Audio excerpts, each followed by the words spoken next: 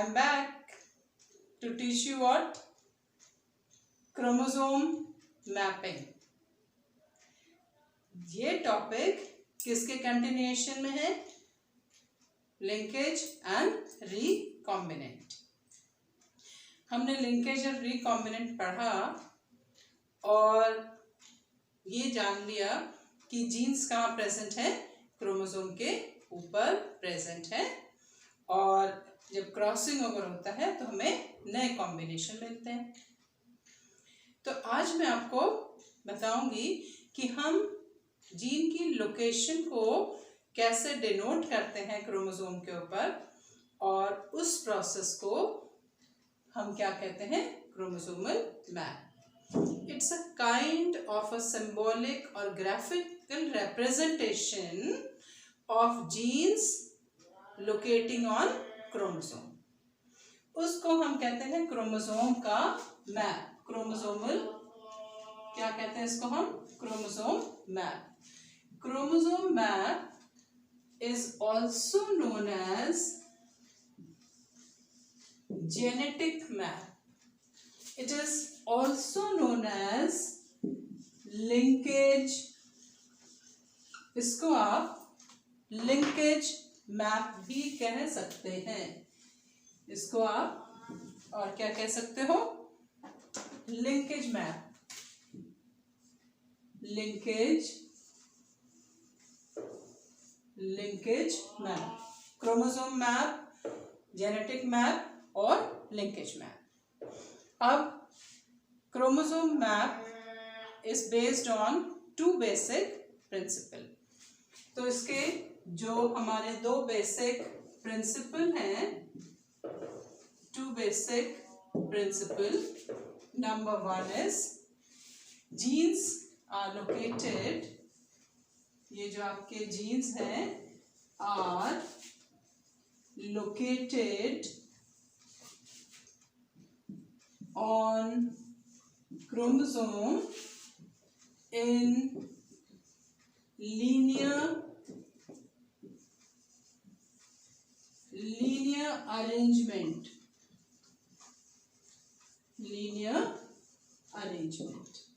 Fine. Line से sequence में genes present होते हैं क्रोमोसोम के ऊपर. Second point is distance between genes is directly proportional to the recombinant frequency. Distance between the gene is directly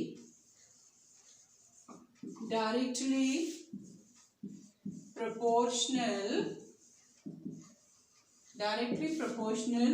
to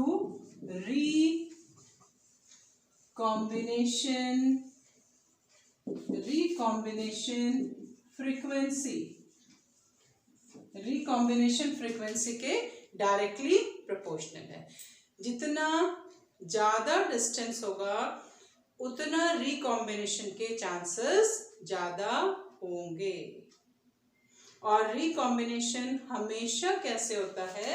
recombination का मतलब होता है नॉन पेरेंटल कॉम्बिनेशन. और ये नॉन पेरेंटल कॉम्बिनेशन कब बनते हैं हमारे? Because of crossing over. और क्रॉसिंग ओवर हमारा कौन सी फेज में होता है? कौन सी फेज में? पैकार्टीन फेज में क्या होता है? Crossing over. इसके लिए हमने एंजाइम पढ़े थे. कौन कौन से? एंडोन्यूक्लियसेस, रिकॉम्बिनेज एंड लाइगेज, है ना. तो ये हमारे दो बेसिक प्रिंसिपल हैं किसके लिए? जीन मैप कंस्ट्रक्ट करने के लिए. जीन मैप में हमने क्या दिखाना है कि जीन्स की लोकेशन क्या है क्रोमोसोम के ऊपर, है ना. जब आपको अपनी लोकेशन भेजनी होती है कि तो आप क्या करते हैं? गूगल मैप देखते हैं और देखते हैं कि अर्थ की सरफेस के ऊपर आपकी लोकेशन आप क्लिक करते हैं और भेज देते हैं. तो यहाँ पर तो तो वो नहीं चलेगा, हमें तो जीन की लोकेशन बतानी है एक मेथड फॉलो करके। ठीक है, तो चलिए अब हम क्या तैयार करते हैं, क्रोमोसोम का मैप। तो जब हमें क्रोमोसोम का मैप तैयार करना है तो हमें एक यूनिट फॉलो करनी है, और ये जो यूनिट है क्या है, ये जीन्स के बीच में डिस्टेंस मेजर करने की यूनिट है। और ये यूनिट किसने दी है, ये यूनिट किसने दी है भाई, कौन हमारा फादर ऑफ एक्सपेरिमेंटल जेनेटिक्स कौन है, मॉर्गन। मॉर्गन ने ड्रोसोफिला के ऊपर बहुत सारे एक्सपेरिमेंट करे थे, एंड ही ओनली प्रूव्ड कि genes are located on chromosome. और ये कॉन्सेप्ट कि रिकॉम्बिनेशन जो है, रिकॉम्बिनेशन की फ्रीक्वेंसी डिस्टेंस के ऊपर डिपेंड करती है, ये कॉन्सेप्ट किसने दी थी, हमारी एल्बर्ट सटोवेंट, जो कि और कोई नहीं था, मॉर्गन का स्टूडेंट था। तो अब हम क्या करेंगे कि मैप बनाने से पहले first I should tell you the unit to measure the distance between the gene. तो इसके लिए हम कौन सी यूनिट यूज करते हैं, कौन सी, मैप यूनिट। जैसे आप लाइन करते हो तो आप सेंटीमीटर, मीटर, तो हम क्या यूनिट यूज करते हैं, मैप यूनिट। तो वन मैप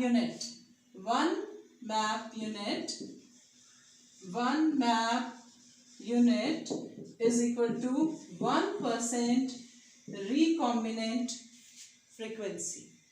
अगर दो जीन के बीच में 1 मैप यूनिट का डिस्टेंस है तो उनके रिकॉम्बिनेंट, उनके क्रॉस ओवर होने की फ्रीक्वेंसी कितनी होगी, 1%। ठीक है, तो this represent what, recombination frequency. Recombination की फ्रीक्वेंसी कितनी होगी, 1 map unit is equal to 1% recombinant. ठीक है, इसको हम सेंटीमॉर्गन से भी रिप्रेजेंट कर सकते हैं। चलिए अब मैं आपको एक क्वेश्चन की फॉर्म में एक एग्जाम्पल की हेल्प से क्या सिखाऊंगी कि हम क्रोमोसोम का मैप कैसे तैयार करेंगे। तो this is again an example of what, Drosophila melanogaster. ठीक है, ड्रोसोफिला में ये मैं आपको एग्जाम्पल करा रही हूँ, दिस इज एन एग्जाम्पल। इस एग्जाम्पल को धीरे धीरे पढ़ाऊंगी जिससे आपको समझ में आ जाए, और फिर आप बहुत सारे जेनेटिक मैप तैयार कर सकते हो, क्रोमोसोम मैप, लिंकेज मैप। और इसको पढ़ने के बाद हम ये भी वर्कआउट कर लेंगे कौन जीन कितने परसेंट लिंक्ड है, कितने परसेंट नए कॉम्बिनेशन बना सकता है। तो ड्रोसोफिला में black body is represented by B, and vestigial wings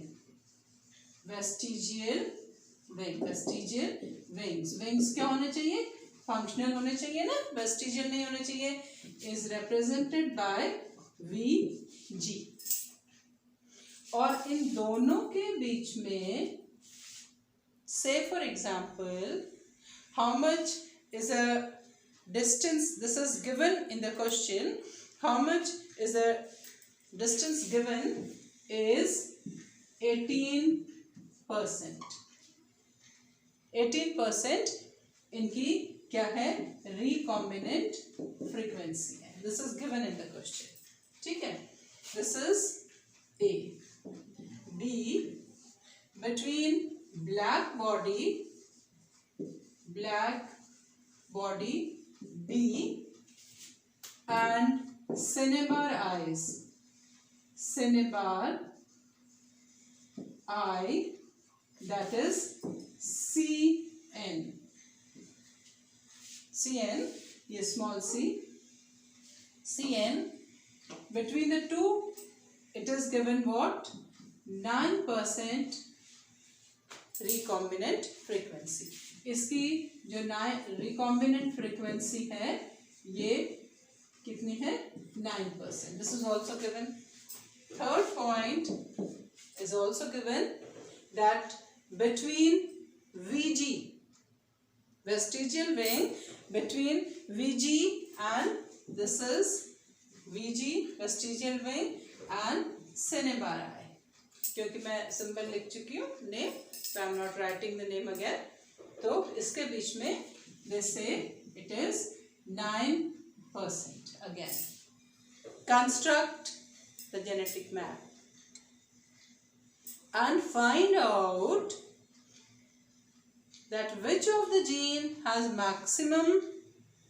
show maximum linkage and which has the minimum linkage. तो हमें क्या करना है, हम कैसे जेनेटिक मैप तैयार करेंगे, इसको हम स्केल से मेजर नहीं करते. सबसे पहली बात, it is only a symbolic representation. एक आपको सिंपल लैंग्वेज में, this is not mathematically correct. आपने क्या करना है, you have to draw a line. This is a symbolic chromosome. एक सिंबल बना लिया हमने क्रोमोसोम का.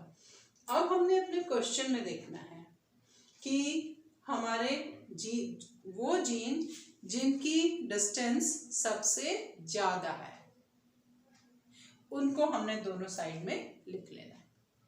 ठीक है, तो हम यहाँ पे देखें, ये क्या है, स्मॉल b और दिस इज, ठीक है. अब हमने इसको डिवाइड करना है, एक स्केल अपने लेवल पे बनाना है. ये आ गया आपका 0, 5, 10, 15 और से फॉर एग्जाम्पल अगर यहाँ पे आगे ले जाएंगे तो 20 और ये आ गया आपका 18. क्योंकि this is given in your question, तो ये आ गया हमारा 18%.